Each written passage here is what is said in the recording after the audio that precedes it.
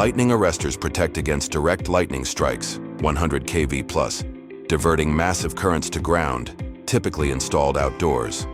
Surge arresters handle smaller surges, 1 to 10 kV, from switching spikes or indirect lightning, reacting faster, nanoseconds, and installed indoors.